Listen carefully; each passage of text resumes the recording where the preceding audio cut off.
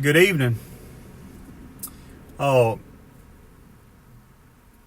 last a, a, a while back, I wrote a post about about my son, about his accident back in January of 2023.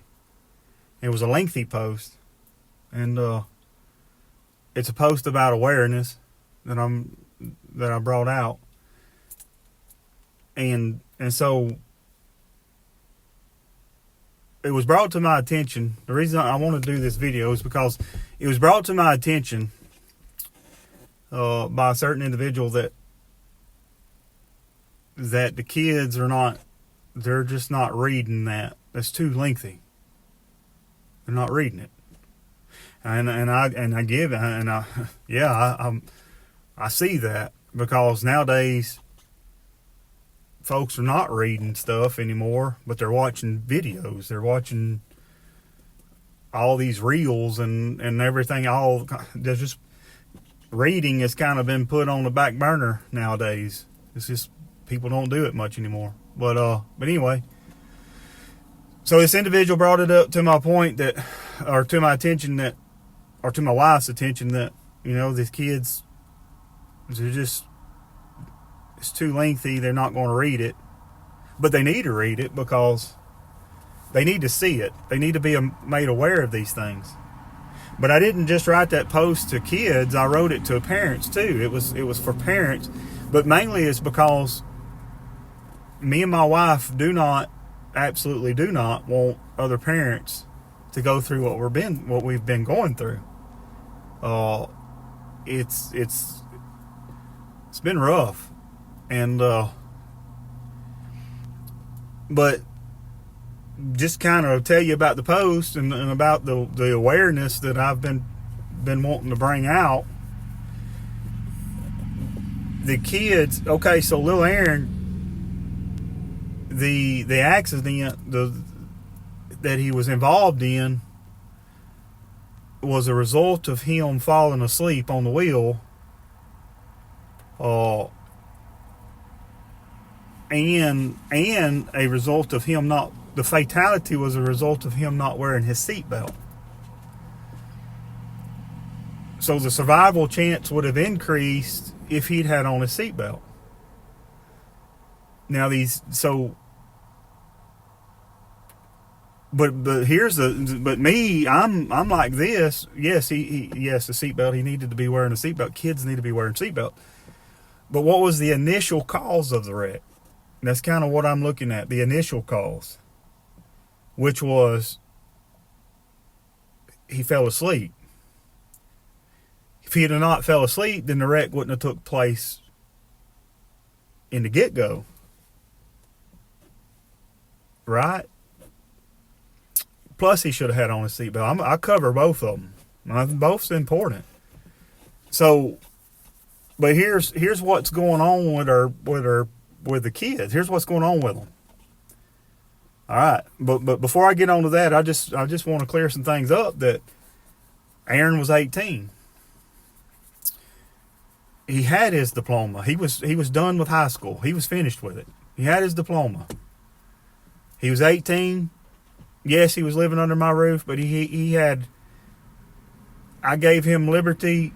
Even though he was under my roof, I gave him liberty, go to work and get a job. And he wanted to go in the woods.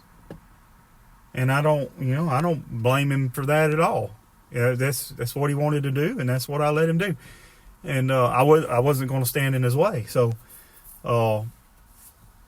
he was paying his own phone bill. He was paying his own truck note. That was his truck, wasn't mine. All I did was co-sign for it, for the loan. That's it. My name, we actually put the truck in his name. It was his truck. It was his job, his truck, his phone. Only thing he was living under my roof. And when I told him to be home at 9 o'clock at night, he was home at 9 o'clock at night, every night. And he respected me on that. But what I wasn't paying attention to is the fact that he was staying up on his phone all hours of the night,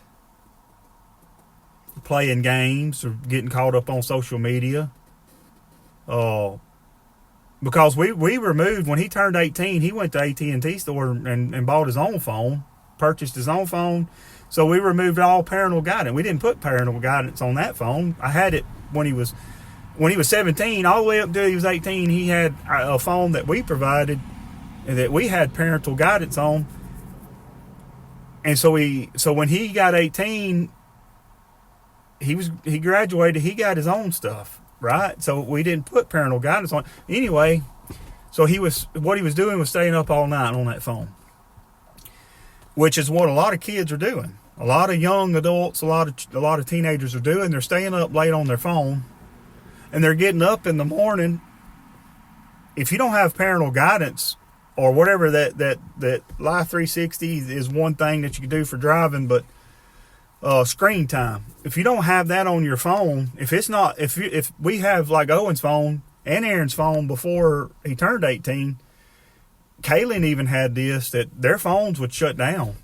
After a certain time at night, their phones would shut down. They could not use them. The only phone numbers that was allowed to be called from that phone or to receive, the phone call to receive to that phone, was us, their parents, after a certain time. So what these kids are doing, they're staying up all night on these phones. These youngins, and the statistics show that 25 and under are more prone to falling asleep on the wheel driving to work, from work, or if they work all night, say they're working late hours or something. But these young adults, 25 and under are more prone to falling asleep at night. So he was staying up all night on that phone and then getting up early in the morning and making that drive. He didn't drive every morning, but that morning, every now and then he would drive, and that morning he drove and he fell asleep. And so the reason I wanted to make this video is to bring to awareness to parents that, look, your children, and they may not be, but they could, but most likely a lot of them are.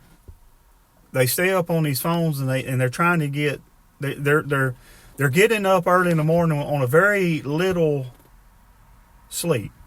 And they're getting behind the wheels of these vehicles, and they're driving like Aaron, little Aaron, he was driving back and forth to Starks, which is a long ways. And he would make the drive. He's made it several times, but that particular morning he didn't. And so, we just never know. And as here's a thought though, as you wake up Monday morning, you're not as tired, unless you've had a long weekend. But for the most part, let's say you wake up Monday morning, you're not as tired. Tuesday morning, you're a little bit more tired. By the time Friday rolls around, you've worked all week. You've got a little bit of sleep all week long. You're wore out. You're tired. And that's what happened. He was wore out. He wasn't getting the proper rest that he was needing. And he made that drive, and he didn't make it to work. So I'm speaking to parents.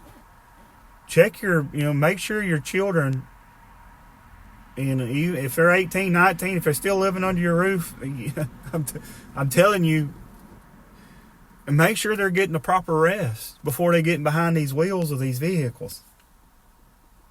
And then the second thing that we're seeing with these kids is they're not wearing their seatbelt.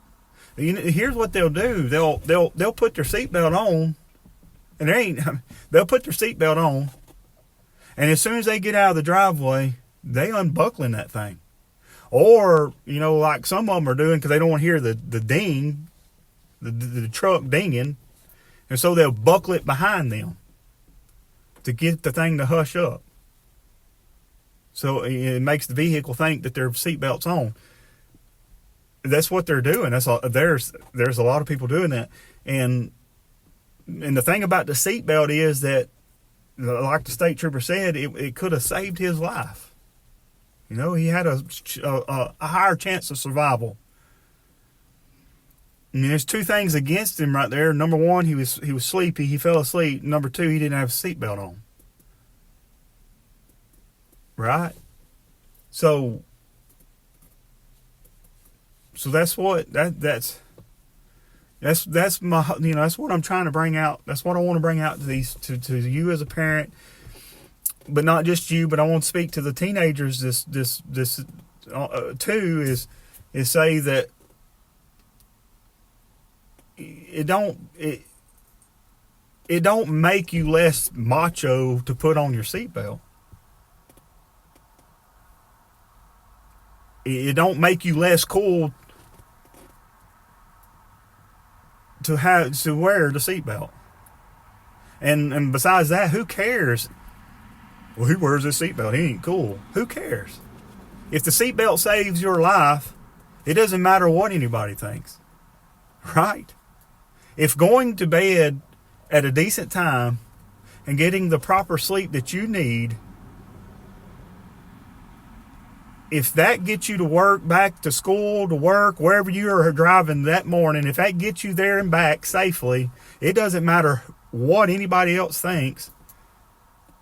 You know, so what? You can't talk to somebody on the phone or play games over the phone. All these games on social media and everything that they play and get caught up in, and you say, well, so-and-so might get offended because they want to play a game, or they want to talk to me, they want to text, or they want to FaceTime, whatever. Who cares? If you going to bed at night as a young adult will get you back to your family safe the next morning, the next evening,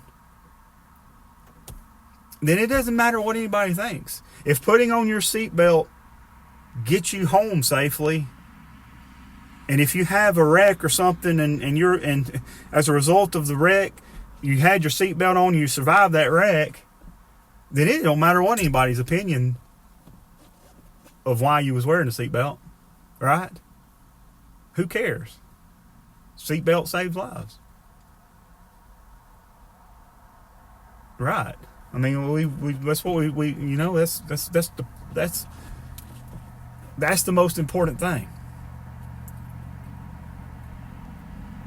I mean, you think so? Seriously, doing what? I mean, think about this, young man, young girl. You think it don't matter? You just want to, stay up all night, not wear a seatbelt, whatever, and you think, well, it don't matter. Nothing's going to happen to me. Nothing. What's going to happen? I mean, I've been doing it for months. I've been doing it for days. I've been doing it for weeks. What's going to matter? What's going to happen? That right there is where we was. I had it. I was convinced. I was so convinced that this that losing a son would not happen to me. It wouldn't happen to me. I was convinced of that. Not our family. It wasn't. What could happen? I mean, losing a child? That wasn't going to happen to us. That's what I was convinced of. I was convinced of that. But here we are, over a year later, and yes, it did happen.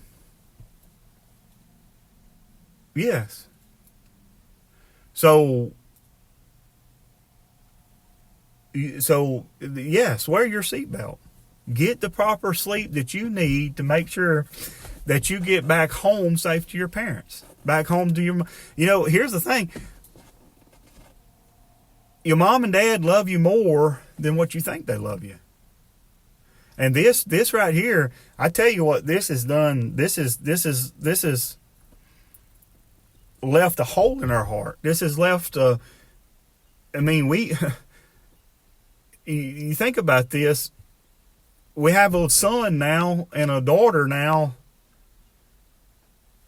that our son is finishing up his teenage life, his teenage years. He's 16 years old. He's going to finish up his teenage years without his older brother. Yeah.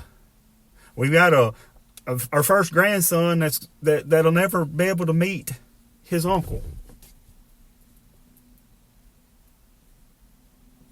Yeah. So it matters. It does matter.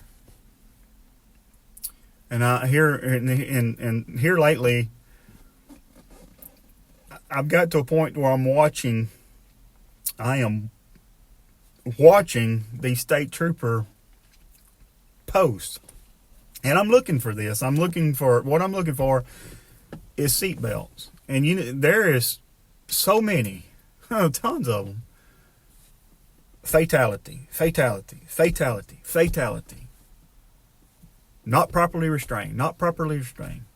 Just fatality on top of fatality, and it wasn't wearing their seatbelts. Now the one that and so, but again, the main issue I feel is not just the seatbelt, but the fact that our children, that our kids, our young adults are staying up all night and they're not getting the proper rest they need. You need some rest.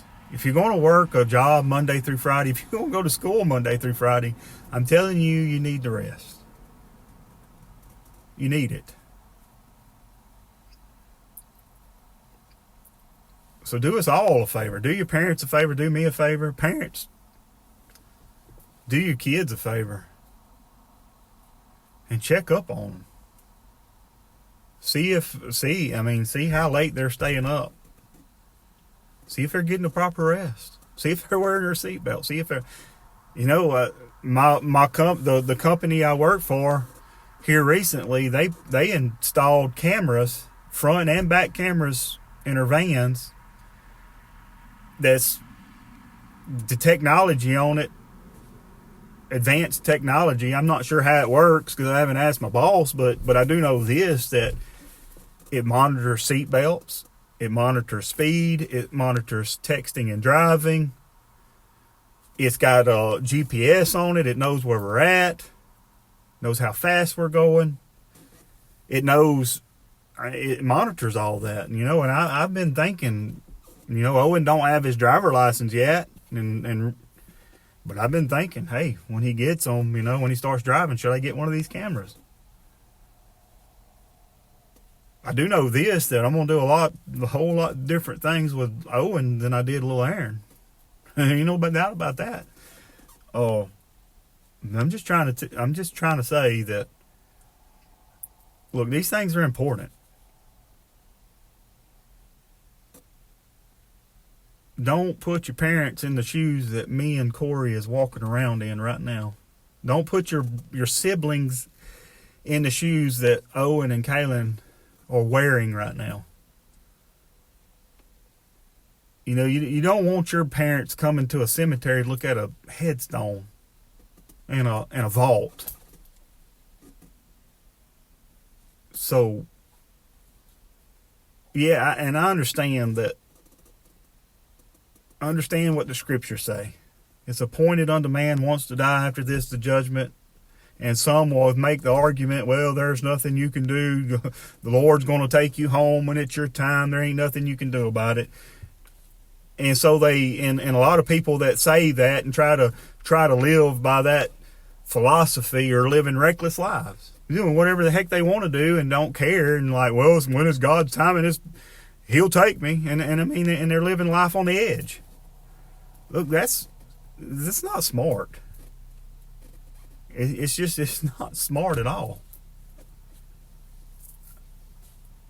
Because it's the same time you can read scriptures in the Bible where folks sped their life up by not making good judgment calls, by not doing things that they ought to be doing.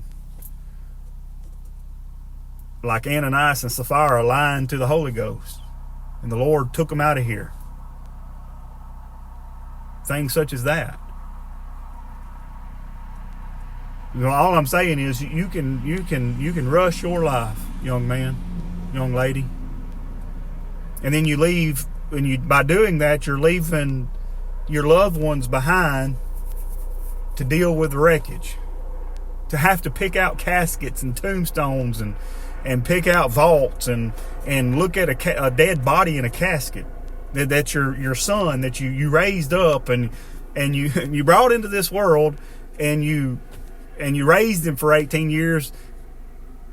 I'm telling you, get rest and get the sleep that you need. Get to go to bed. Wear your seatbelt. When you get in a vehicle, drive it with care, not careless. But again, we don't, we're invincible, right? I remember when I was invincible, so I thought. But what if there's that one time that tragedy strikes?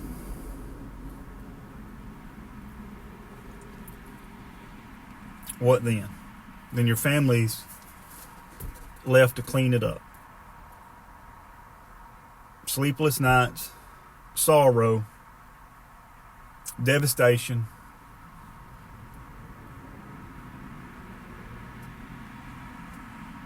So don't think about self.